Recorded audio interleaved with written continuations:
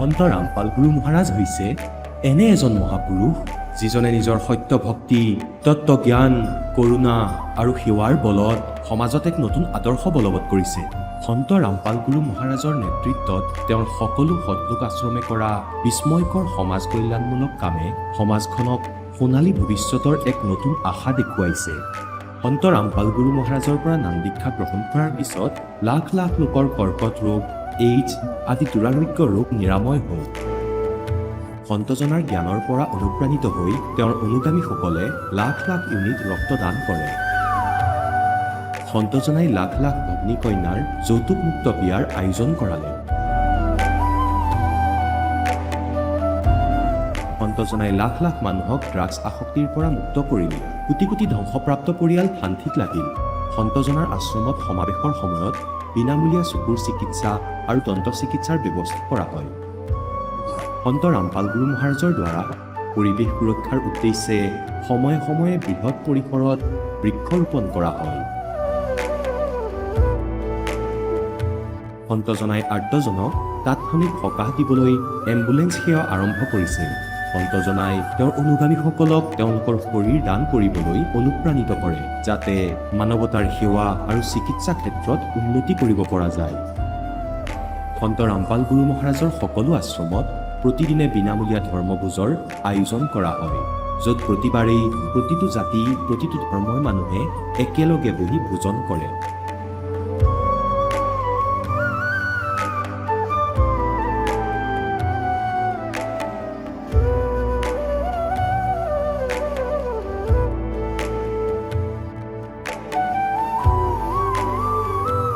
সন্ত ৰামপাল গুৰু মহাৰাজৰ আশ্ৰমত সহস্ৰাধিক বৃদ্ধ বৃদ্ধাই শ্ৰদ্ধা আৰু মৰমেৰে জীৱন যাপন কৰাৰ সুযোগ পায়। তেওঁলোকৰ থকা খোৱাৰ আৰু স্বাস্থ্যৰ সম্পূৰ্ণ দায়িত্ব সন্ত ৰামপাল গুৰু মহাৰাজে বহন কৰে।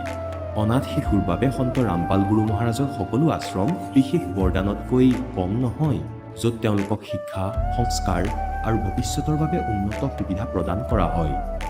বানপানী, ভূঁইকঁপ বা মহামাৰী যিয়েই নহওক, সন্ত ৰামপাল গুৰু মহাৰাজ আৰু তেওঁৰ অনুগামীসকল সদায় আৰ্তজনৰ বাবে আগৰণুৱা হৈ থাকে। কোভিড মহামাৰীৰ সময়ত সন্ত ৰামপাল গুৰু মহাৰাজৰ আশ্ৰমৰ পৰা কোটি কোটি লোকক খাদ্য, ঔষধ আৰু জীৱন ৰক্ষক সামগ্ৰী যোগান ধৰা হৈছিল।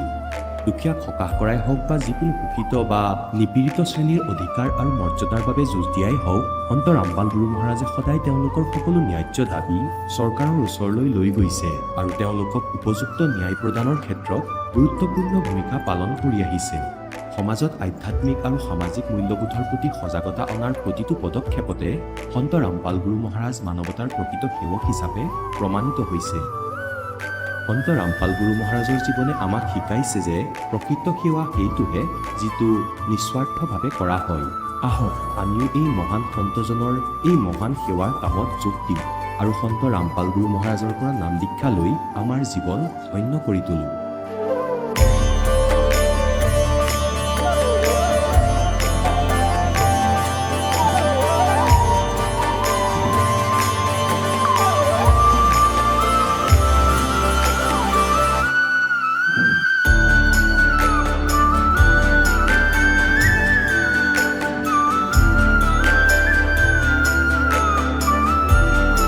আপোনালোকক পৰিয়ালৰ সৈতে সৎলোক আশ্ৰমলৈ আন্তৰিকতাৰে আমন্ত্ৰণ জনোৱা হয়।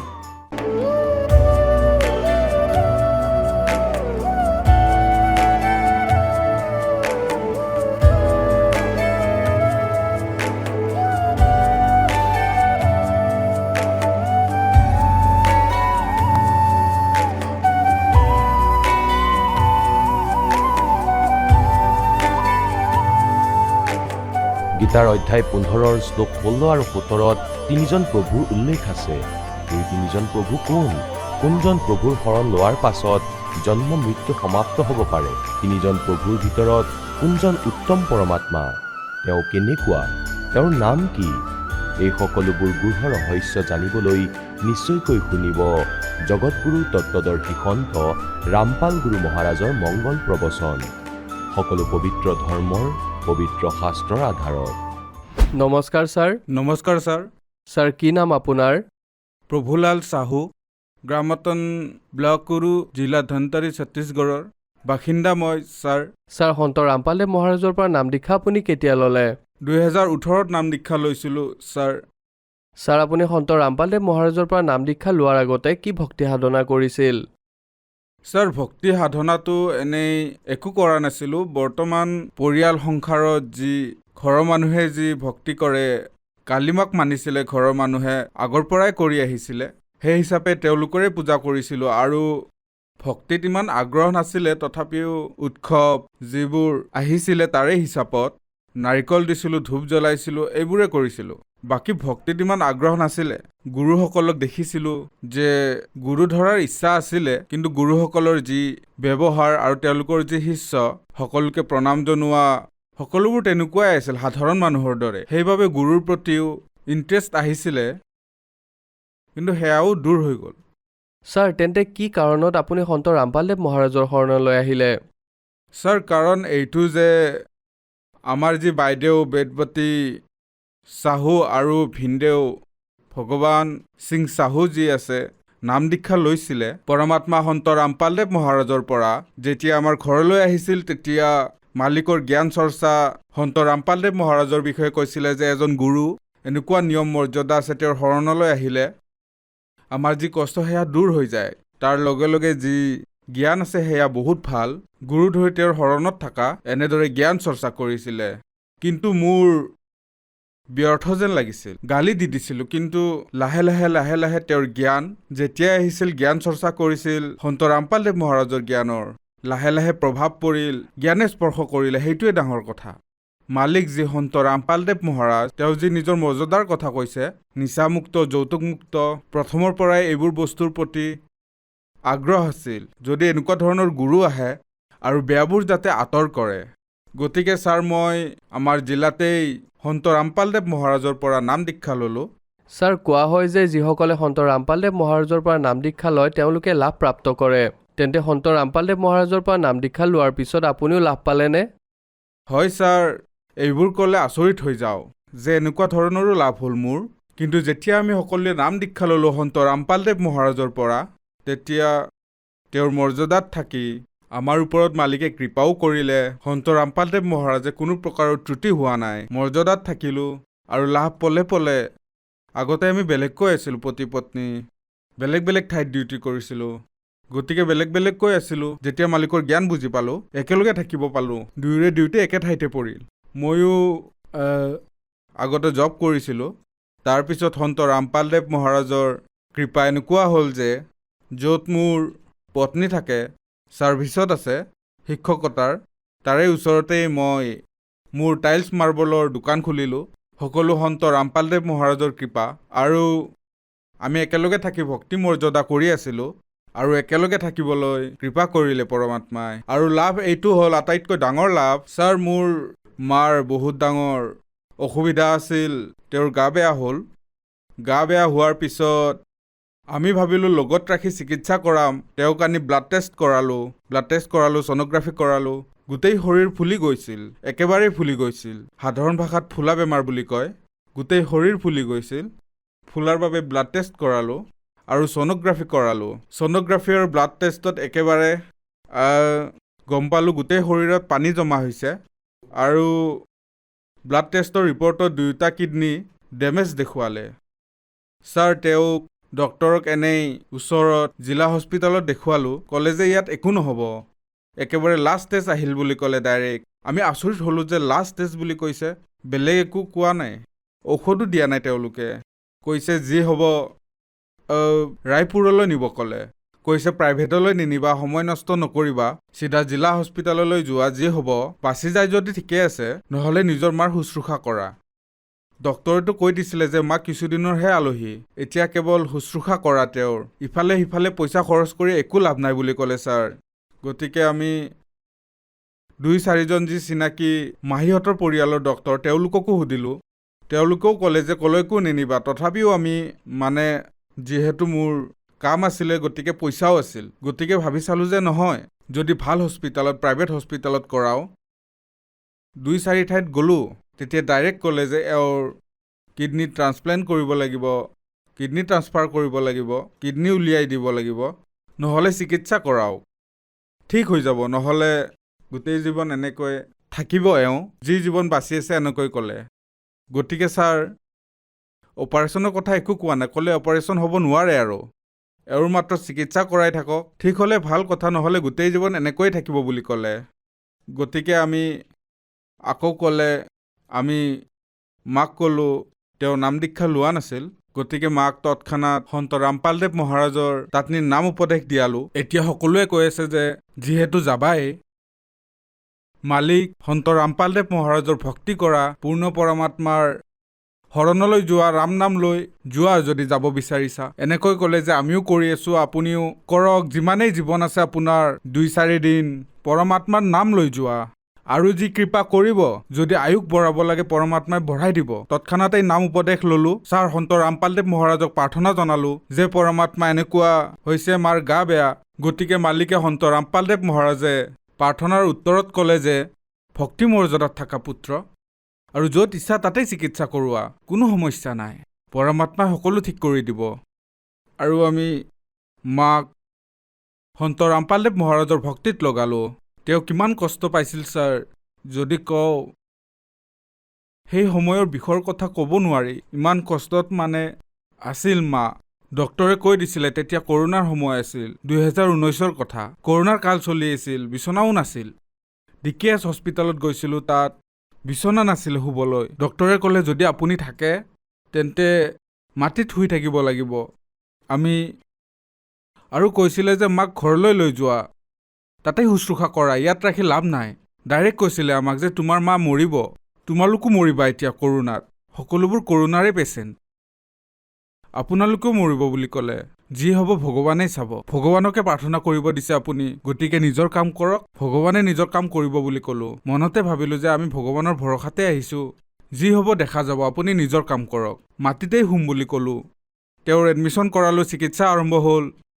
মালিকৰ এনেকুৱা কৃপা হ'ল সন্ত ৰামপালদেৱ মহাৰাজৰ, যাক গোটেই জীৱন ডায়েলিচিছ বুলি যে কওঁ আমি, ডায়েলিচিছ কৰাব লাগে কিডনীৰ পেচেণ্টক, তেওঁকো গোটেই জীৱন কৰাব লাগিব বুলি কৈছিল। তেওঁক এসপ্তাহতেই ছাৰ, এসপ্তাহত সন্ত ৰামপালদেৱ মহাৰাজৰ এনেকুৱা কৃপা হ'ল যে এসপ্তাহতেই তেওঁৰ গোটেই শৰীৰ যি একেবাৰেই ফুলিছিল, 0 হৈ গ'ল একেবাৰে। কিডনীৰ যি প্ৰব্লেম আছিল, দুয়োটা কিডনীৰ যাৰ, তাতে দেখিছিলোঁ আমি আমাতকৈ যাৰ কম সমস্যা আছিল, তাত যেতিয়া আমি এখন বেডৰ পৰা দ্বিতীয়খন বেডলৈ গৈছিলোঁ, তাৰ কাষৰখনৰ মানুহ মৰিছিল, তাৰপিছত আনখনলৈ গ'লে তাৰ কাষৰখনৰ মৰে। তাৰপিছত ছাৰ এই ধৰণে কিডনীৰ যি প্ৰব্লেম আছিল, যি ট্ৰান্সফাৰ কৰিবলৈ কৈছিল, সেয়া নৰ্মেল হ'ল। তাৰপিছত আমি ৰিপৰ্টো চেক নকৰালোঁ, যে যি আছিল ভাল হৈ গ'ল এনেকৈ ভাবিলোঁ। তাৰপিছত যি এটা ডাঙৰ সমস্যা আছিলে ইউৰিনৰ, আমি ভাবিছিলোঁ যে কিডনীৰ প্ৰব্লেমৰ বাবে পেচাব বন্ধ হৈছিলে, গতিকে এমাহ ধৰি পেচাব বন্ধ হৈ আছিল। ঠিক এনেকৈ চিকিৎসা চলি আছিল, তাতেই ভাবিলোঁ যে এই কাৰণতে হৈছে, ভাল হৈ যাব। পেচাব বন্ধই হৈ আছিলে, খোলেই খোৱা নাছিলে, ইমান চিকিৎসা চলিল তথাপিও। তাৰপিছত ডক্তৰক সুধিলোঁ যে এনেকুৱা কথা, পেচাবেই খোল খোৱা নাই, কি চিকিৎসা কৰিলেনো? আকৌ টেষ্ট কৰাব নিলে। টেষ্ট ইমান হৈছিলে যে আমি চিন্তাত পৰিছিলোঁ। আনফালে সেই সময় কৰোণাৰ আছিল, মুখ কাণ সকলো বন্ধ কৰি চলিব লাগিছিল। বহুত অশান্তি হৈছিলে ছাৰ সেই কৰোণাৰ সময়ৰ বাবে। ছাৰ তাৰপিছত সন্ত ৰামপালদেৱ মহাৰাজে এনেকুৱা কৃপা কৰিলে যে তেওঁ একেবাৰে সুস্থ। আৰু তাত যি ৰিপৰ্টত কেঞ্চাৰ আহিছিলে, কেঞ্চাৰৰ কাৰণে ইউৰিনৰ ৰাস্তাত যি বহুত বেছিকৈ ঘাঁ হৈ গৈছিলে, তাৰ কাৰণে পাইপ যি ছাইডত লগোৱা হৈছিল, যি বিনা অপাৰেশ্যনৰে নহ'ব বুলি কৈছিলে, আৰু মা ইমান দুৰ্বল আছিল যে তাৰ কাৰণে অপাৰেশ্যনো কৰিব পৰা নাছিল। খোলাকৈ কৈছিলে যে অপাৰেশ্যন কৰিলে মৃত্যুৱে হৈ যাব পাৰে। আমি চিকিৎসাও নকৰালোঁ, কেৱল পৰমাত্মাৰে ভক্তি কৰিব ধৰিলোঁ, যি নৰ্মেলি বিষৰ বাবে দিছিলে। যেতিয়া বেছি বিষ হৈছিল খাইছিল। তাৰপিছত পৰমাত্মাই এনেকুৱা কৃপা কৰিলে যে য'ৰ অপাৰেশ্যন কৰাবলগীয়া আছিল, সেই পাইপ যি পেচাবৰ ৰাস্তা বন্ধ কৰা আছিল, সেই ৰাস্তা নিজে নিজেই খোল খালে। তাৰ উপৰি যি পাইপ লগোৱা আছিল পেচাবৰ ৰাস্তা উলিয়াবলৈ, সেই পাইপো 10 দিন 15 দিন অপাৰেশ্যন হ'ব, তাৰপিছত সেই পাইপ উলিয়াব, এনেকৈ কৈছিল। সেই পাইপ পৰমাত্মাই এনেকুৱা চমৎকাৰ কৰিলে, সন্ত ৰামপালদেৱ মহাৰাজৰ এনেকুৱা কৃপা হ'ল, সেই পাইপো মই চাফা কৰি আছিলোঁ, তেতিয়া ড্ৰেছিং কৰি আছিলোঁ, চাফা কৰি থাকোঁতেই ওলাই গ'ল ছাৰ। সেই দিনৰ পৰাই আজিৰ দিন ধৰি সন্ত ৰামপালদেৱ মহাৰাজৰ এনেকুৱা কৃপা গোটেই ঘৰৰ কামেই চাই তেওঁ আৰু লগতে গাঁৱত যিবোৰ কাম চলে সৰু সুৰা যি হাজিৰা চলে গাঁও অঞ্চলত তালৈও যায় তেওঁ আৰু ঘৰৰ কামো কৰে ছাৰ সন্ত ৰামপালদেৱ মহাৰাজে কৃপা কৰিলে আজি তেওঁ ঠিকে আছে ছাৰ এয়া আমাৰ ৰিপৰ্ট যদি ভেৰিফাই কৰিব বিচাৰে আমাৰ ৰিপৰ্ট চাব পাৰে ছাৰ এয়া ৰিপৰ্ট চাব পাৰে মোৰ মাৰ ৰিপৰ্ট প্ৰথমতে যি সমস্যা হৈছিলে তাৰ চেক কৰাইছিলোঁ সম্পূৰ্ণৰূপে ইয়াত ৰিজাল্ট কোৱা হৈছে কেপাচিটি ইমান আছিল 15 পৰা 45 নৰ্মেলি 124.8 থাকিব লাগে ছাৰ তাৰপিছত ক্ৰিটিনাইন যি সেয়া নৰ্মেলি ৰিপৰ্টত থাকিব লাগে 4.4ৰ পৰা 1.2 10.5 আছে ছাৰ এই প্ৰকাৰে ইয়াত সম্পূৰ্ণৰূপে দুৰ্বলতা আছিল ছাৰ মাৰ কেঞ্চাৰৰ ইমান ডাঙৰ ঘাঁ হৈছিলে ছাৰ ইয়াত লিখা আছে ইংলিছত এয়া ঘাঁহৰ ৰিপৰ্ট ছাৰ সন্ত ৰামপালদেৱ মহাৰাজৰ পৰা নাম দীক্ষা লোৱাৰ পিছত সৎভক্তি কৰিলোঁ এইবোৰ লাভ হ'ল ছাৰ আজি মই একেবাৰে সুস্থ আৰু ভক্তি কৰি আছে ছাৰ সন্ত ৰামপালদেৱ মহাৰাজৰ মাৰ্গত চলি আছোঁ সম্পূৰ্ণ পৰিয়াল যিসকল জড়িত হোৱা নাছিল সকলোৱে এজন এজনকৈ সমগ্ৰ পৰিয়াল আজি নাম দীক্ষিত সন্ত ৰামপালদেৱ মহাৰাজৰ মাৰ্গত গৈ সৎভক্তি কৰি আছে ছাৰ আপুনি কৈছে যে আপোনাৰ মাতৃৰ কিডনীত কেঞ্চাৰ হৈছিল ডক্টৰে কৈ দিছিলে যে অপাৰেশ্যন কৰাৰ কোনো প্ৰয়োজন নাই আপোনাৰ মাতৃৰ মৃত্যু হ'বই হ'ব আপুনি এওঁক ঘৰলৈ লৈ যাওক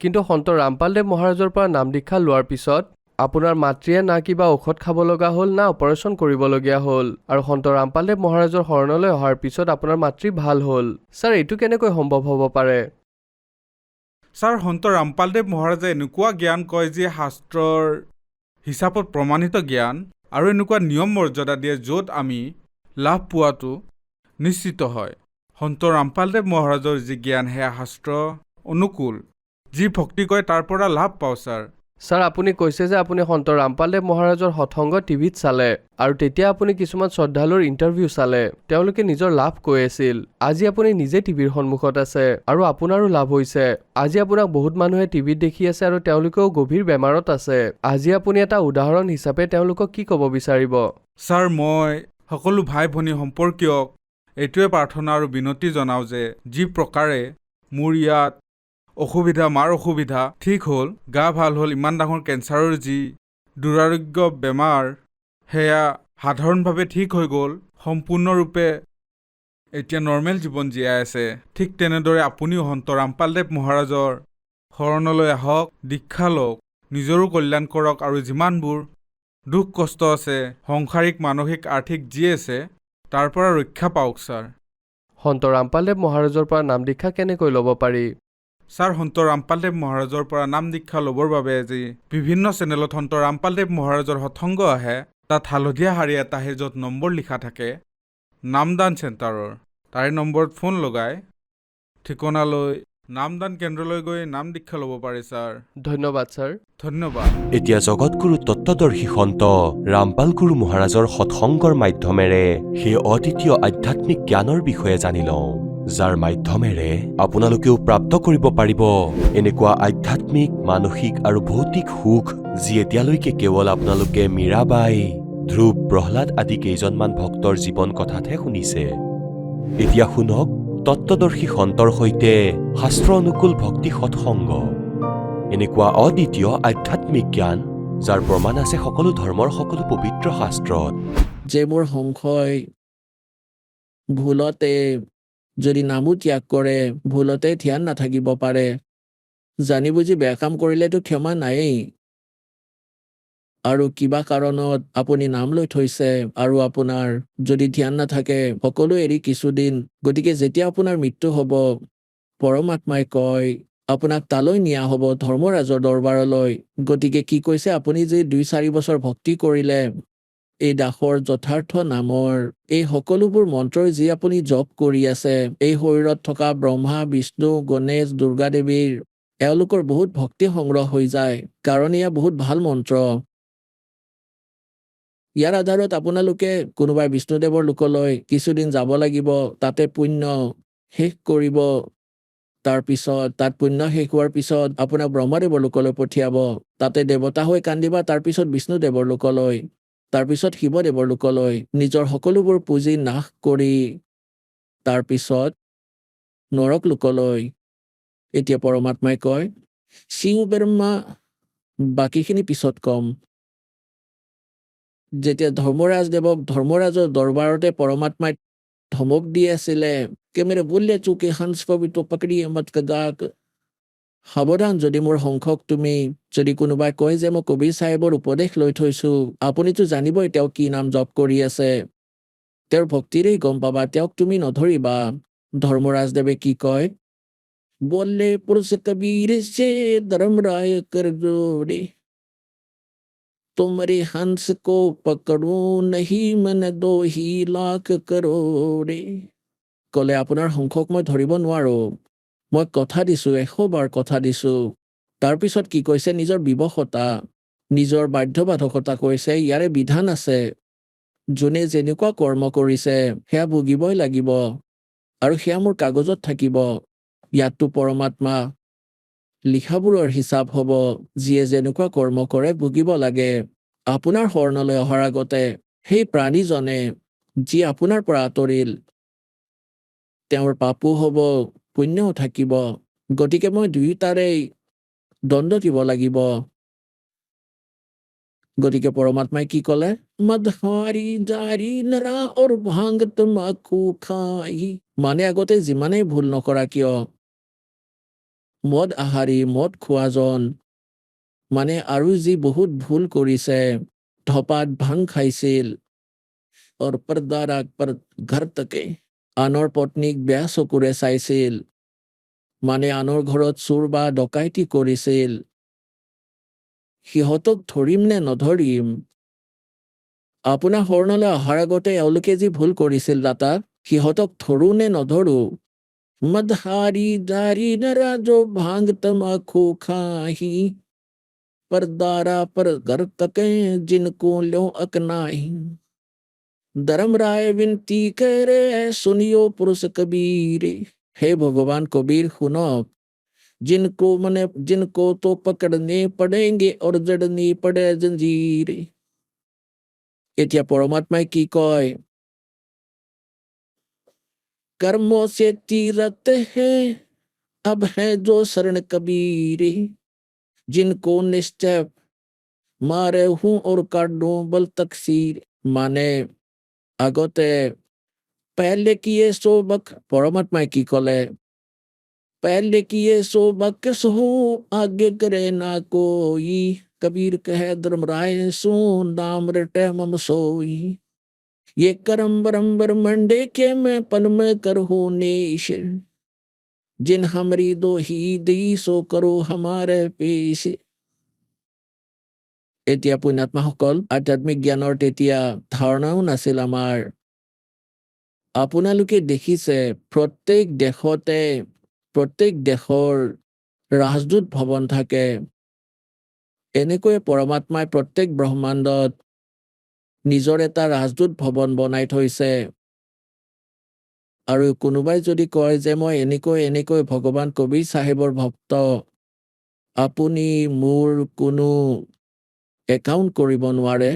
গতিকে পৰমাত্মাই কয়, কৰম ভৰম্বৰ মণ্ডকে মপল মেকৰ হোনে, 1 মিনিটতে নষ্ট কৰি দিম তোমাৰ যি বেয়া কাম এই জীৱৰ দ্বাৰা কৰাই আছা, সকলো তুমিয়ে কৰাইছা, অজ্ঞানতা ভৰাইছা। আৰু যদি কোনোবাই মোৰ নাম লয়, দোহাই দিয়ে, মনৰ পৰা যদি কয় যে মই ভগৱান কবিৰ চাহেবৰ শিষ্য আছিলো, তেওঁৰ সন্তান মই কেনেকৈ আনিলে মোক ইয়ালৈ, তেন্তে তেওঁক মোৰ ওচৰলৈ, মোৰ ৰাজদূত ভৱনলৈ কৰো হামাৰে পেশ, তেওঁৰ একাউণ্টটো নলবা, খবৰদাৰ। ভগৱানে ইমানখিনি কলে, কৰম ব্ৰহ্মাণ্ডে কে মে পল মে কৰহু নেশ, মানে ক্ৰছ কৰি দিম, কাইট লগাই দিম। जिन हमरी दो ही दी सो करो हमारे पेश, পৰমাত্মাই কিমানলৈ গেৰেণ্টি লৈ আছে, शिव मंडल ब्रह्मापुरी तो विष्णु लोकमय हो, हमरे गुण भूले नहीं तो आण छुटाऊं तो।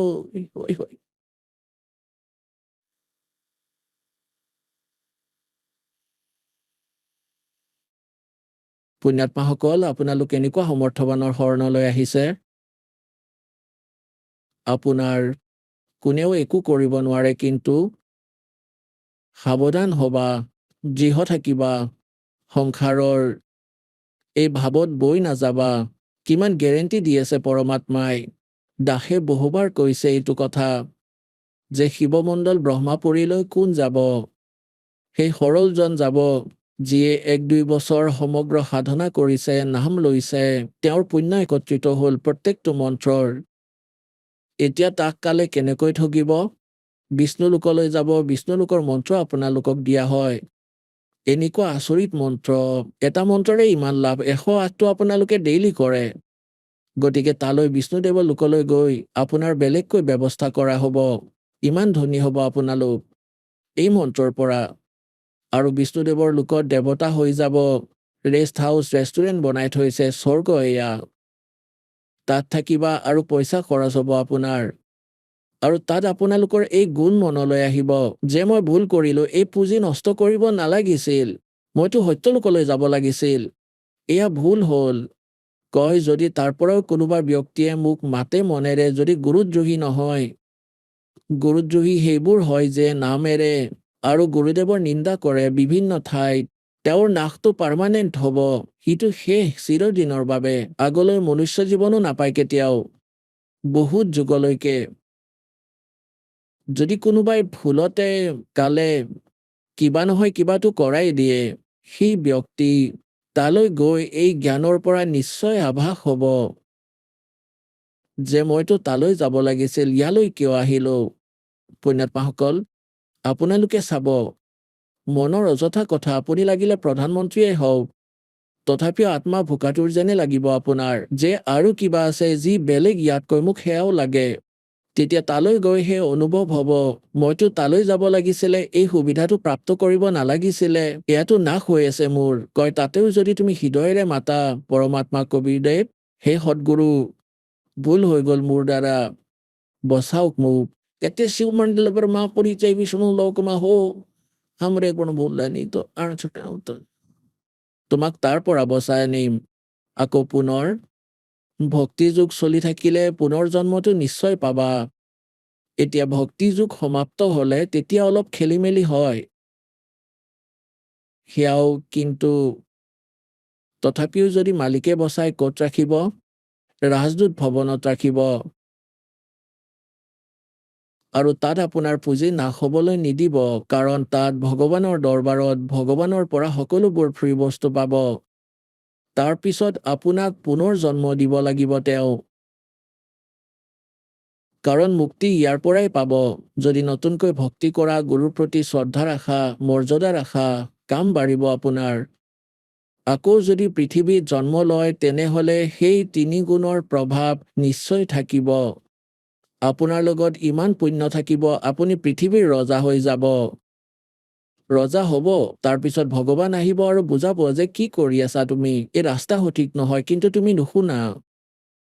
আমি এনেকৈ ভ্ৰমি ফুৰিছো, ইমান অসংখ্য জনম হ'ল ভ্ৰমিয়ে আছো, কিন্তু আমি ভগৱানৰ কথা নুশুনো। গতিকে আপোনালোকক বুজাবলৈ দাতাই এইটো উপায় লৈছে যে কলিযুগত ই একেবাৰে পুঁজিহীন হৈ যাব, ভক্তি নাথাকে, ইয়াৰ দুৰ্গতি আৰম্ভ হ'ব আৰু সকলো ঠাইতে ভ্ৰমিব। যি পূজাক শ্ৰেষ্ঠ বুলি মানি আছিল আৰু যি ভগৱানক সমৰ্থবান বুলি মানি আছিল, তাতো ইহঁতে সহায় নাপাব। তাৰ পিছত মোৰ ওচৰলৈ আহিব, ইয়াততো মালিক আছে, সমৰ্থবান আছে, অহাৰ পিছত সুখো দিব আৰু এওঁলোকৰ বুদ্ধিয়ে কাম কৰিব যে ভগৱান ইয়াত আছে। তাৰপিছত এওঁলোকক মন্ত্ৰ শুনাম, এওঁলোকক আকৌ চাৰ্জ কৰিম। কিন্তু পুণ্যাত্মাসকল, সেই সময় আপোনালোকে বঢ়াই দিলে। গতিকে এই ভুল আকৌ নকৰিব। নাম লওক, দৃঢ় হওক, ভক্তি কৰক, কল্যাণ কৰাওক।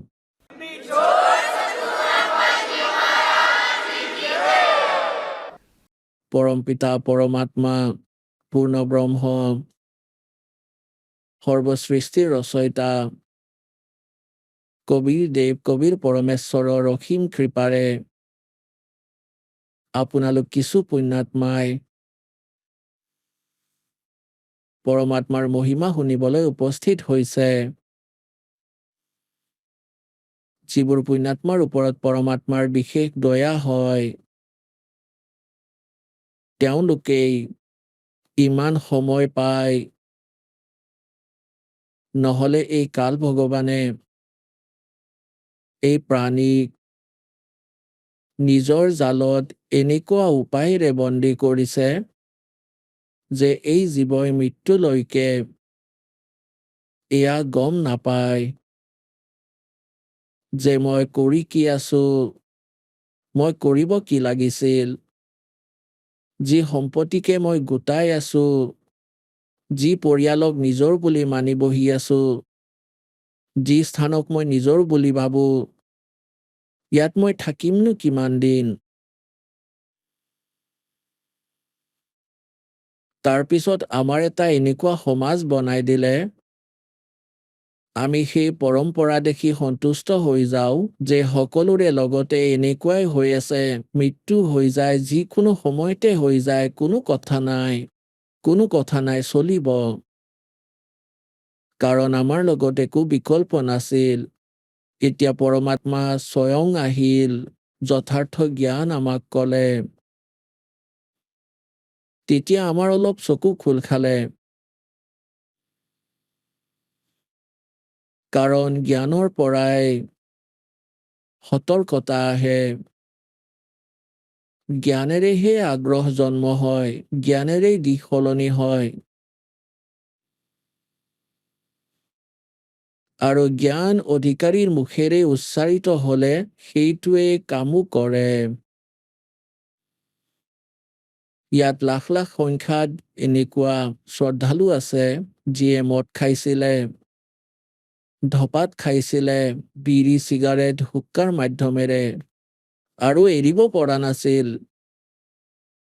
এই শিক্ষা পিতৃ মাতৃয়ে আৰু সভ্য সমাজৰ লোকেও কৈছিলে যে মদ খাব নালাগে, ধপাত খাব নালাগে, বেয়া কথা। কিন্তু তেওঁলোকে নিজেও খাই থাকে। গতিকে কোৱাৰ তাৎপৰ্য এইটোৱেই যে কাল ভগৱান, এই ব্ৰহ্মই, জ্যোতিস্বৰূপী নিৰঞ্জন, যাক ঋষি মহৰ্ষিয়ে ব্ৰহ্ম বুলি কৈছিল, আৰু ব্ৰহ্ম সাধনা কৰি তেওঁলোকে নিজকে বহুত চুপেৰিয়ৰ বুলি মানিছিল, এই জীৱবোৰক এনেকুৱা ধৰণে জালত পেলালে, আৰু বেছি বিকাৰ কৰায়। নিজৰ এক মন নামৰ এলিমেণ্ট থৈ দিলে আত্মাৰ লগত। আত্মাৰ আৱশ্যকতা পৰমাত্মাৰ মহিমাৰ, পৰমাত্মাৰ গুণগান হওক, তাক এইবোৰৰ আৱশ্যকতা। আৰু এই মন ইয়াক আত্মাৰ ওপৰত প্ৰধান বনাই দিলে। ইয়াক ভয় কৰাই ৰাখে, আৰু বেয়া কামৰ ফালে টানি লৈ যায়। ভাবিবলগীয়া কথা, ধপাত কি খোৱা বস্তু নেকি? ধপাত এই শৰীৰক কাৰ্বন ডাই অক্সাইডৰ সলনি অক্সিজেনৰ প্ৰয়োজন, আৰু তাত কাৰ্বন ডাই অক্সাইড ইয়াত প্ৰৱেশ কৰাই হুক্কা বিড়ি চিগাৰেটৰ মাধ্যমেৰে, যি কাৰণে আত্মা মলিন হয়, মনলৈ বেয়া কথা আহে, স্বভাৱ বেয়া হৈ যায়। আৰু স্বভাৱ বেয়া হলে আমি সকলোৰে লগত সৰু কথাতে কাজিয়া কৰিম, যুদ্ধ কৰিম, মাৰামাৰি কৰিম, তমুকুনি হৈ যাওঁ। মদ কি খোৱা বস্তু নেকি? যি খালে পাহৰি যায় মানুহে সকলো। আৰু মাংস কি খোৱা বস্তু নেকি? এতিয়া আমি কিমান স্পীডেৰে এই বেয়া বস্তুবোৰ গ্ৰহণ কৰি আছো। গতিকে কালে এইটো বিচাৰে যে এই আত্মা পৰমাত্মাৰ, আৰু আমাৰ দ্বাৰা প্ৰতিশোধ লৈ আছে। এই অকৰ্মণ্যই ভুল নিজেই কৰিলে, তাৰপিছত আমি ভুল কৰিলো ইয়াৰ লগত আহি, ইয়াৰ ওপৰত আসক্ত হৈ। সি তাত এনেকুৱা ভুল কৰিলে যি সত্যলোকত এলাউড নহয়। এগৰাকী যুৱতীক বেয়া চকুৰে চালে, আৰু ইয়াৰ দণ্ড কালে পালে, উলিয়াই দিলে তাক তাৰ পৰা। আমি কালৰ লগত আগতেই লাগি ধৰিলো, সেইবাবে আমিও আহিলো।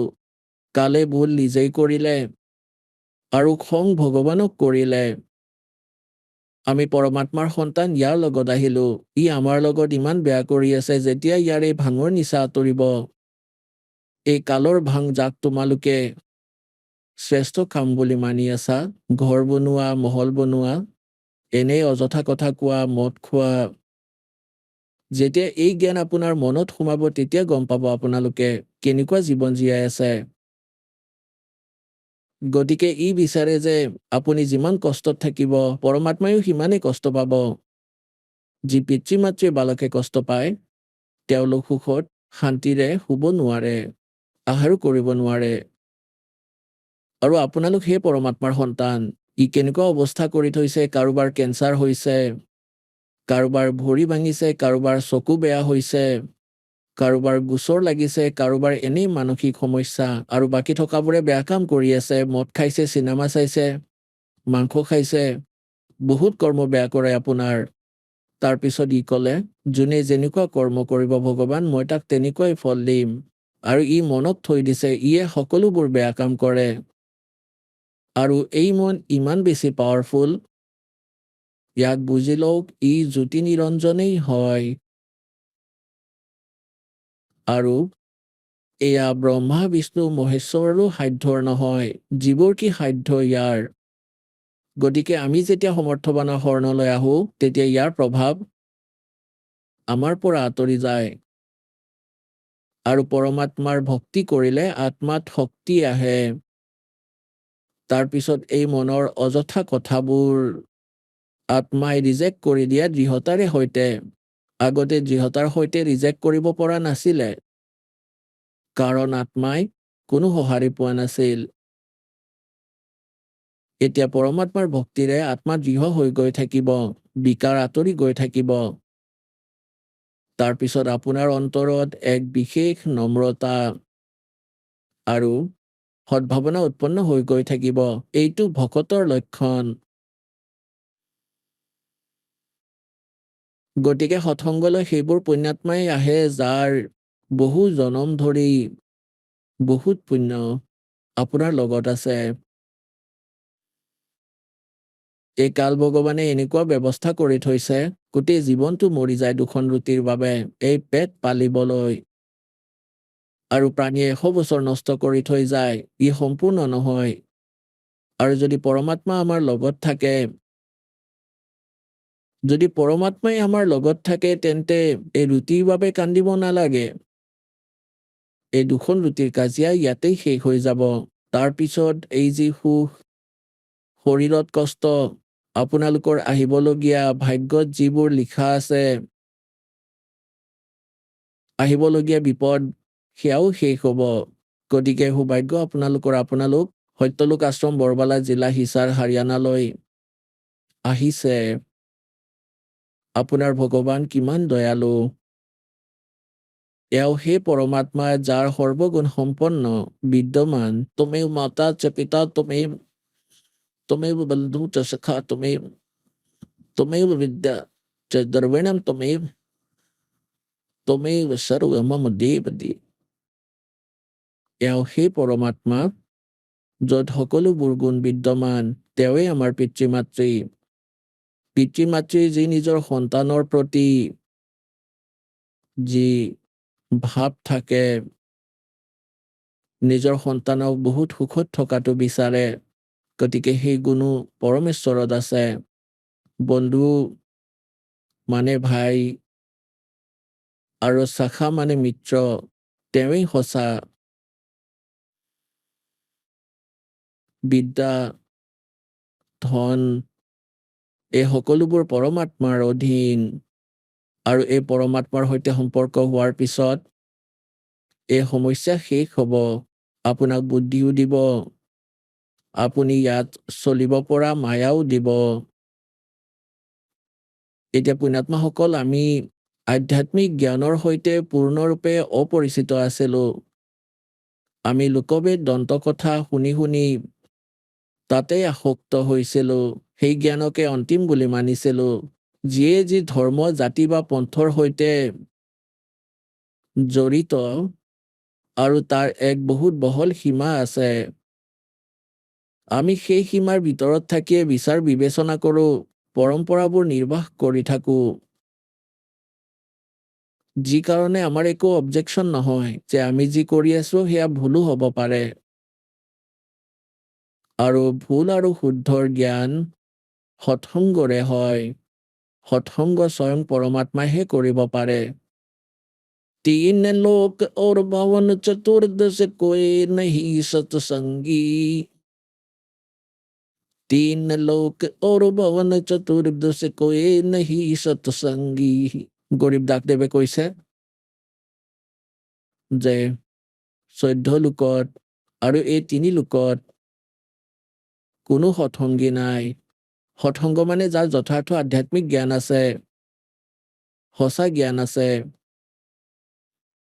একমাত্ৰ পৰমাত্মা কবিৰ দেৱক বাদ দি তেওঁ যি জ্ঞান দিছে তাৰ বাহিৰে কোনো সৎসংগই নাই। গতিকে পুণ্যাত্মাসকল, যি ব্যক্তিয়ে প্ৰথমবাৰ শুনে যে কাৰোৱে জ্ঞান নাই, তেন্তে তেওঁৰ এই কথা হজম নহ'ব। কাৰণ কি আমি অজ্ঞানতাই শুনি থৈছো, জ্ঞান কেতিয়াও শুনা নাই। আপোনালোকক বহুবাৰ সিদ্ধ কৰিছো দেৱী পুৰাণত। আহক আমি এতিয়া সেই শ্ৰদ্ধালুসকলৰ অনুভৱবোৰ জানো, যিসকলে জগতগুৰু তত্ত্বদৰ্শী সন্ত ৰামপাল গুৰু মহাৰাজৰ পৰা দীক্ষাপ্ৰাপ্ত কৰিছে তথা তেওঁ কোৱা ভক্তিমাৰ্গ এওঁলোকে অৱলম্বন কৰি আছে। সৎ চাহেব, দৰ্শকসকল, যেতিয়া মানুহৰ জীৱনত দুখ কষ্ট আহে তেতিয়া তেওঁ সেই প্ৰকৃত পৰমাত্মাক বিচাৰে, যিজনে জীৱনৰ সকলো দুখ দূৰ কৰিব পাৰে। আজি আমি আপোনালোকক লৈ যাম অসমৰ যোৰহাট জিলাৰ তিতাবৰ সমষ্টিৰ ৰঞ্জিত দাসৰ ওচৰলৈ। ৰঞ্জিত দাসে প্ৰথমে অসমৰ পৰম্পৰা অনুসৰি শংকৰদেৱ আৰু মাধৱদেৱৰ ভক্তি সাধনা কৰিছিল। ইয়াৰ পাছত সঞ্জাদেশৰ সতপাল মহাৰাজৰ ওচৰত দীক্ষা লৈ প্ৰায় 15 বছৰ ধৰি সাধনা কৰিও কোনো ধৰণৰ লাভ পোৱা নাছিল। নিচা, গৃহকন্দল, অসুখ অশান্তিৰ মাজতে তেওঁ জীৱন পাৰ কৰিবলগীয়া হৈছিল। এদিন তেওঁৰ পত্নী গুৰুতৰ অসুখত আক্ৰান্ত হয়। বহু চিকিৎসাৰ পাছতো আৰাম নাপালে, কিন্তু হঠাৎ তেওঁ জ্ঞান গংগা পুথিখন পঢ়িবলৈ পায়। জীৱনৰ সকলো সমস্যাৰ সমাধান যেন বিচাৰি পালে। তাৰ পাছত সন্ত ৰামপাল গুৰু মহাৰাজৰ ওচৰত পতি পত্নী দুয়োজনে নাম দীক্ষা লোৱাৰ পাছতে তেওঁৰ পত্নীৰ ৰোগ নিৰাময় হোৱাৰ লগতে ৰঞ্জিত দাসৰ বদ অভ্যাসসমূহো দূৰ হয়। আজি তেওঁলোক সুখ শান্তিৰে জীৱন যাপন কৰি আছে। আহক জানো কেনেকৈ সন্ত ৰামপাল গুৰু মহাৰাজে তেওঁলোকৰ জীৱনত অসম্ভৱকো সম্ভৱ কৰি তুলিলে। নমস্কাৰ ছাৰ। সৎ চাহেব, ছাৰ কি নাম আপোনাৰ? ৰঞ্জিত দাস। ছাৰ আপুনি ক'ৰ পৰা আহিছে? মই যোৰহাট জিলা তিতাবৰ সমষ্টিৰ পৰা আহিছোঁ। ছাৰ আপুনি সন্ত ৰামপাল গুৰু মহাৰাজৰ পৰা নাম দীক্ষা কেতিয়া লৈছিল? মই 22 চনৰ 22 ছেপ্টেম্বৰত নাম দীক্ষা লৈছিলোঁ। তেখেতৰ পৰা নাম দীক্ষা লোৱাৰ আগতে আপুনি কেনেধৰণৰ ভক্তি সাধনা কৰিছিল? আমাৰ যিখিনি অসমীয়া সমাজৰ পৰম্পৰা, শংকৰ মাধৱদেৱৰ অনুগামী হৈয়ে আমি পাৰ কৰিছিলোঁ। তাৰপিছতে আপোনাৰ আজি সন্ত ৰামপালজী মহাৰাজৰ সান্নিধ্যলৈ নহালৈকে আপোনাৰ সংসাদেশ্বৰ শ্ৰী সতপালজী মহাৰাজৰ সান্নিধ্যত মই 15 বছৰ কটাইছিলোঁ। ছাৰ আপুনি জনালে আপুনি হংসাদেশ পন্থৰ সতপাল মহাৰাজৰ শৰণাগত হৈ 15 বছৰ ধৰি ভক্তি সাধনা কৰি আছিলে। তেনে ক্ষেত্ৰত ছাৰ আপুনি সন্ত ৰামপাল গুৰু মহাৰাজৰ শৰণলৈ কিয় আহিব লগা হ'ল? তাত অহাৰ কাৰণটো হৈছে কি, আমাৰ ভকতমতীৰ আপোনাৰ এটি ব্যাধি আছিলে, যিটো ব্যাধি আপোনাৰ ডাক্তৰী চিকিৎসাৰ পৰা আৰোগ্য হোৱা নাছিলে। আৰোগ্য নোহোৱাৰ কাৰণে মই বহুত পৰিচান আছিলোঁ। আৰু তাৰ কাৰণে এখন আমাৰ ওচৰতে জ্ঞান গংগা পুথি এখন পাইছিলোঁ।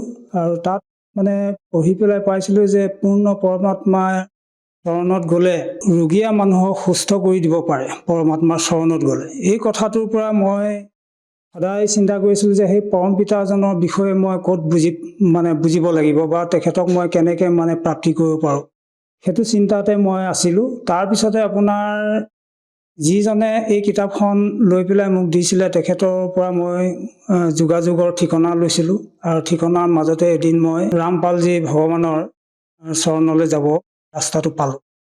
ছাৰ আমি যেতিয়া সন্ত ৰামপাল গুৰু মহাৰাজৰ ভক্তসকলৰ অনুভৱ আমি টিভি স্ক্ৰীণত চাওঁ, বিভিন্ন ছ'চিয়েল মিডিয়াত দেখিবলৈ পাওঁ, তেওঁলোকে মত ব্যক্ত কৰে সন্ত ৰামপাল গুৰু মহাৰাজৰ পৰা নাম দীক্ষা লোৱাৰ পিছতে বিভিন্ন প্ৰকাৰে লাভ পায়। এই ক্ষেত্ৰত ছাৰ আপোনাৰ পৰাও জানিব বিচাৰিম, তেখেতৰ পৰা নাম দীক্ষা লোৱাৰ পিছত আপুনি অন্য কিবা লাভ পাইছে নেকি ছাৰ? অন্যটো আপোনাৰ ক'বলৈ গ'লে বহুতেই লাভ পাইছোঁ। এতিয়া প্ৰধান লাভ পাইছোঁ, মোৰ আত্মাৰ কল্যাণৰ ৰাস্তাটো পাইছোঁ। আত্মাৰ কল্যাণ কৰিবলৈ যাওঁতে ভক্তি কৰিব লাগিব আৰু শুদ্ধ ভক্তিৰ মাজেদিহে মানুহৰ আত্মাৰ কল্যাণ হয়। এইটো প্ৰধান লাভ পাইছোঁ। ছাৰ আমি জানিব পাৰিছোঁ যে সন্ত ৰামপাল গুৰু মহাৰাজ হিছাৰ জেলত আছে। এনে ক্ষেত্ৰত ছাৰ আপুনি তেখেতৰ শৰণ গ্ৰহণ কৰি ভক্তি কৰিলে আমাৰ অসমতো বিভিন্ন শ্ৰদ্ধালু আধ্যাত্মিক গুৰু আছে, তেওঁলোকৰ চৰণলৈ গৈও আপুনি ভক্তি সাধনা কৰিব পাৰিলে হয়। এই ক্ষেত্ৰত ছাৰ কি ক'ব বিচাৰে? এতিয়া যিসকল গৌতম মহাপুৰুষ আহিছে তেখেতসকলক সকলোৱে বৃদ্ধাচৰণে কৰি আহিছে, আমি প্ৰমাণ পাই আছোঁ। আৰু এতিয়াও পৰম পিতাই লীলা কৰি আছে। এইটো পৰম পিতাই যদি আমাক সকলো ক্ষেত্ৰতে তেখেতে আমাক সহায় দিলেহেঁতেন, তেতিয়া আমি তেখেতক মানে ইমান আমি অন্তৰাত্মাৰ ফালৰ পৰা আমি চিনি নাপালোহেঁতেন। কিন্তু তেখেত এতিয়া আমাৰ মাজত নাই যদিও তেখেত আমাৰ অন্তৰাত্মা জাগৃতিটো তেখেতে দি আছে। এইটোৱে হৈছে আমাৰ ডাঙৰ শক্তি পাইছোঁ। আৰু যদিহে এই শক্তিটো নাথাকিলেহেঁতেন তেতিয়া অনুগামী কিয় ইমান বাঢ়ি গৈ আছে, এইটো এটা প্ৰধান লক্ষ্য ৰাখিব লাগিব। যিহেতু যদি মানুহজন বেয়া, তেখেতক সমৰ্থন কৰা মানুহ কিয় ইমান বেছি হৈ গৈ আছে, এই কথাটোকে লক্ষ্য ৰাখি পেলাই সকলোৱে চিন্তা কৰিব সময় হৈছে। আৰু আপুনি যি আগতে সাধনা কৰি আছিলে, আপুনি হংসাদেশ পন্থৰ কথা ক'লে, তাত 15 বছৰ ধৰি কৰি আছিলে, সেই সাধনাৰ দ্বাৰা আপুনি কিবা উপকৃত হৈছিলনে? সেইটো সম্পূৰ্ণ শাস্ত্ৰবিৰুদ্ধ আমাক বিধি দিছিলে। যিখিনি বিধি সকলো লোকবেদৰ পৰা দিয়া বিধি হয়, আৰু লোকবেদৰ আধাৰত যিমান পন্থ আছে সকলোকে ভ্ৰমিত কৰি ৰাখিছে। তাত কিছু লাভ দিছে, কিন্তু সেইখিনি পূৰ্বজন্মৰ লাভ যে পাইছোঁ এইটো আপোনাৰ কেতিয়া বুজি পাব, যেতিয়া তত্ত্বদৰ্শী সন্ত সান্নিধ্য প্ৰাপ্তি কৰিব পাৰিব। তত্ত্বদৰ্শী সন্তৰ সান্নিধ্য অবিহনে জীৱনৰ মুখ্য প্ৰাপ্তিৰ ৰাস্তাটো কোনো পধ্যে প্ৰাপ্তি মানে বুজি নাপাব। গতিকে তত্ত্বদৰ্শী সন্তৰ আশ্ৰয় খুব প্ৰয়োজন আছে। আৰু তত্ত্বদৰ্শী সন্তজনৰ সান্নিধ্য নোপোৱাৰ কাৰণে আজি মানে পন্থৰ যুক্তি প্ৰত্যেকৰে বেলেগ বেলেগ। ছাৰ আমাৰ ভাৰতবৰ্ষত লাখৰ তুলনাত আধ্যাত্মিক গুৰু আছে।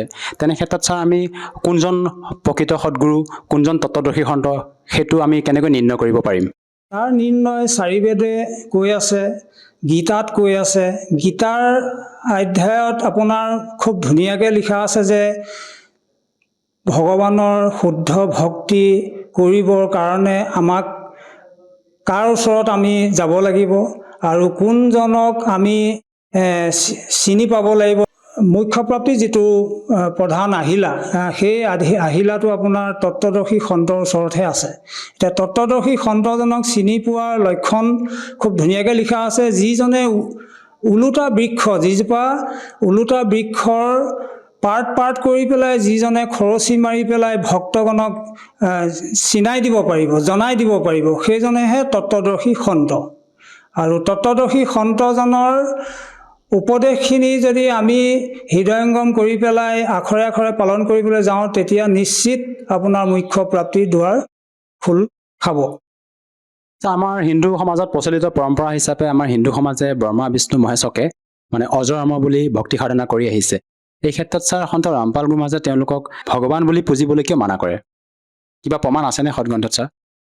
এইটো প্ৰমাণ আপোনাৰ আমাৰ হিন্দু শাস্ত্ৰই নহয়, যিমান ধৰ্মশাস্ত্ৰ আছে পৃথিৱীত সকলো ধৰ্মগ্ৰন্থই কৈ আছে যে কবিৰ দেৱ পৰমাত্মা হয়, তেওঁ অবিনাশী হয়, তেওঁ সৃষ্টি ৰচনাকাৰী তেখেত হয়। আৰু তেখেতৰ পৰাই সকলো দেৱ দেৱীৰ পৰা ধৰি যিমান বিশ্ব ব্ৰহ্মাণ্ডত জীৱ জংগম আছে তেখেতৰে সৃষ্টিকৰ্তা তেখেত হয়। গতিকে আৰু তাতকৈ আৰু কি প্ৰমাণ লাগিব?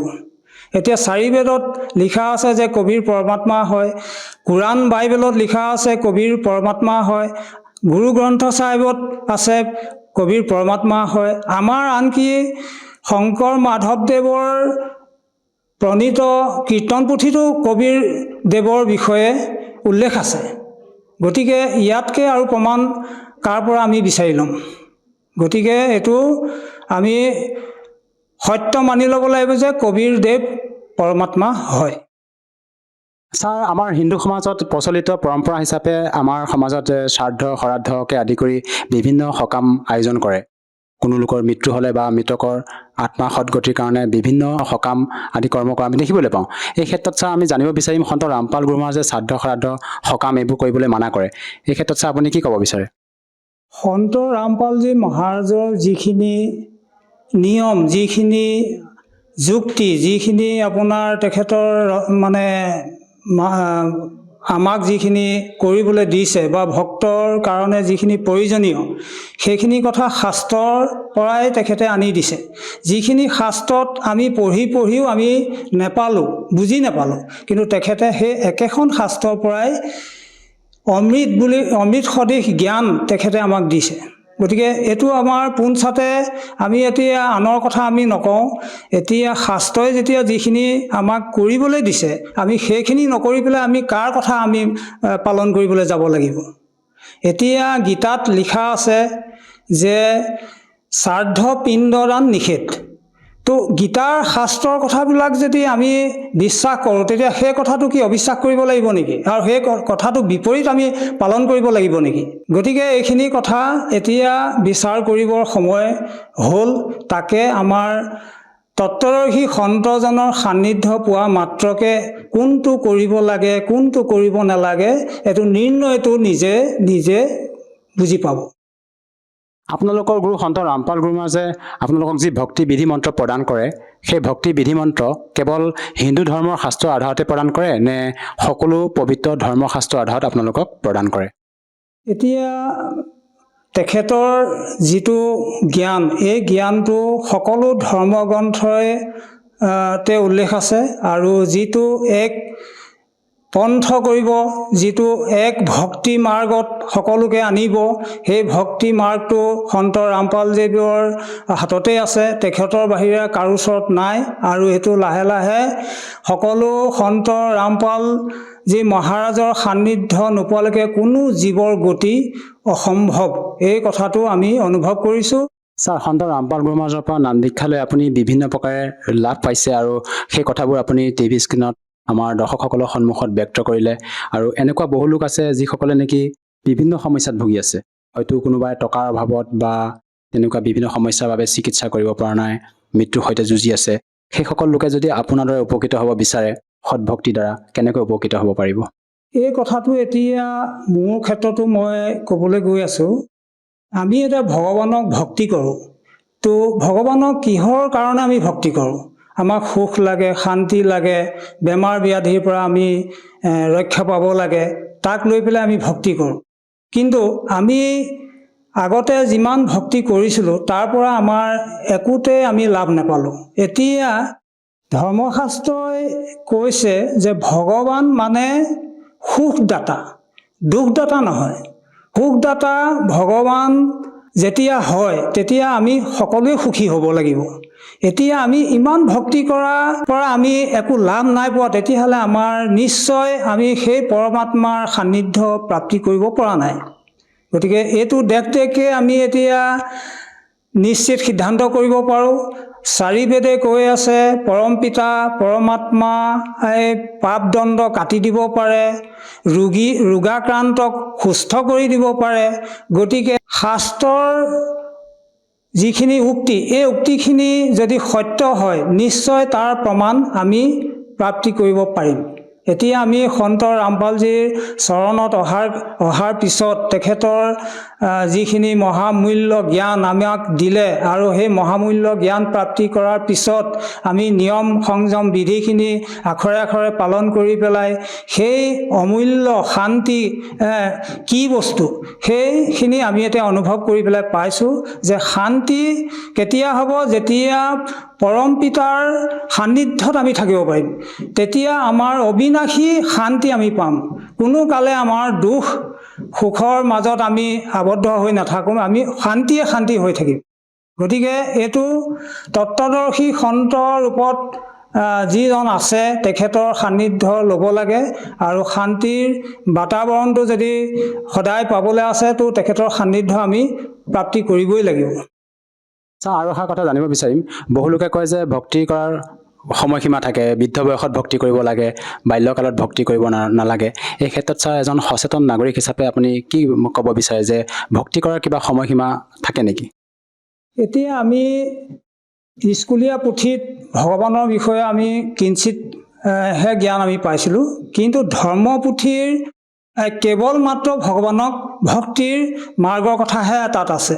গতিকে আমি ধৰ্মশাস্ত্ৰ যদি অধ্যয়ন নকৰোঁ, কাৰো ওচৰত যদি আমি তাৰ বিষয়ে নুশুনো, তেতিয়াহ'লে ভগৱানৰ অস্তিত্বটোৰ বিষয়ে আমি একোৱেই বুজি নাপাওঁ। গতিকে লৈ পেলাই আমি ভগৱানৰ বিষয়ে সম্পূৰ্ণকৈ আমি জানিবলৈ হ'লে আমি ধৰ্মগ্ৰন্থক আশ্ৰয় ল'ব লাগিব। ধৰ্মগ্ৰন্থৰ বিষয়ে য'ত আলোচনা হয়, য'ত মানে কেন্দ্ৰ আছে, তাত গৈ পেলাই তাৰ গোটেই খৰচি মাৰি পেলাই আমি তাৰ জ্ঞান ভাণ্ডাৰটো আমি বুজি পাব লাগিব। তাৰ বাহিৰে আৰু অন্যটো উপায় নাই।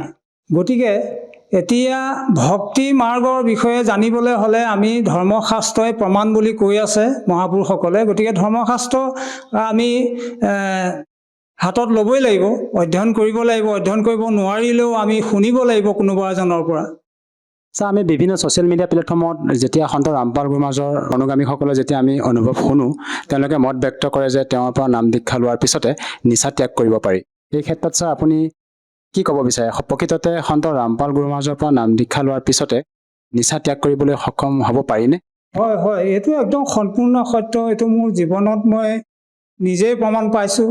ময়ো এজন বহুত নিচাসক্ত ভাৱে মই আছিলোঁ। মই আপোনাৰ সকলো নিচাই মই সেৱন কৰিছিলোঁ। আৰু যিদিনাৰ পৰা মই সন্ত ৰামপালজীৰ চৰণলৈ আহিলোঁ, তেখেতৰ কৃপাৰ পাত্ৰ ৰূপে মোক ৰাখিলে, তেতিয়াৰ পৰা মোৰ এই বদ অভ্যাসখিনি, এই বেয়া বস্তুখিনিৰ পৰা মই আঁতৰি আহিলোঁ। আৰু মোৰ এতিয়া আনে খালেও মোৰ বা আনে যদি খাই থাকে, মই এইটোও মোৰ কাৰণে বৰ অশান্তিৰ কাৰণ হৈ আহিছে। গতিকে এই বস্তুটো বাদেই দিয়ক, খোৱাটোতো বাদেই দিয়ক, এতিয়া কোনোবাই খাই থকা দেখিলেও এইটো মানে মনত দুখ আহে। আৰু আপোনালোকৰ সন্ত ৰামপাল গুৰুমাজৰ যিবিলাক সতলোক আশ্ৰম আছে, তাত কোনো লোকে নিচা সেৱন নকৰে? এইটো আপোনাৰ যিখন সমাজ, সেই সমাজখন আমি মনে প্ৰাণে চিতে আমি সদায় কামনা কৰি থাকোঁ যে এখন সুস্থ সমাজ আমাক লাগে। আমাক পিছৰ চামৰ কাৰণে এখন সুস্থ সমাজ আমি গঢ় দিব লাগে। এইখিনিত আমাৰ অৱদান আছে। আমি অৱদান মানে কি, আমি কি কৰিব লাগিব? আমি নিজে নিচা গ্ৰহণ কৰিব নালাগিব। আনক নিচা যদি কোনোবাই কৰি আছে, নিচামুক্ত কৰিবৰ কাৰণে আমি তাত চেষ্টা কৰিব লাগিব।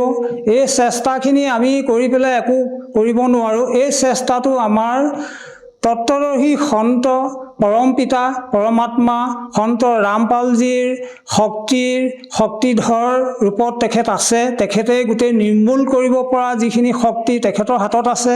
আৰু তেখেতৰ সান্নিধ্য পোৱা মাত্ৰকে সকলোৱে নিচা জাতীয় পদাৰ্থ খাবলৈ খোৱাটো বাদেই দিয়ক, এইখিনি নিৰ্মূল কৰোৱাৰ কাৰ্যত অংশগ্ৰহণ কৰিব।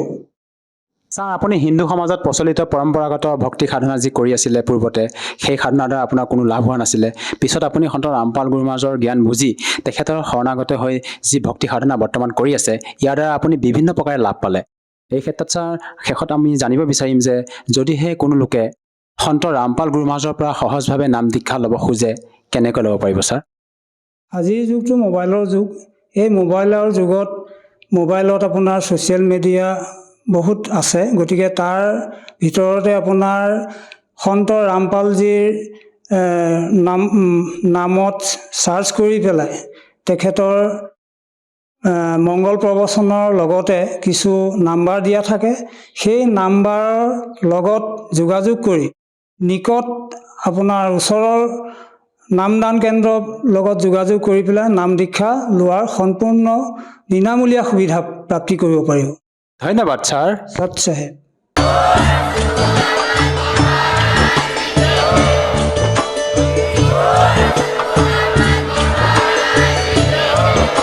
আপুনি শুনি আছিলে জগতগুৰু তত্ত্বদৰ্শী সন্ত ৰামপাল গুৰু মহাৰাজৰ মংগল প্ৰবচন।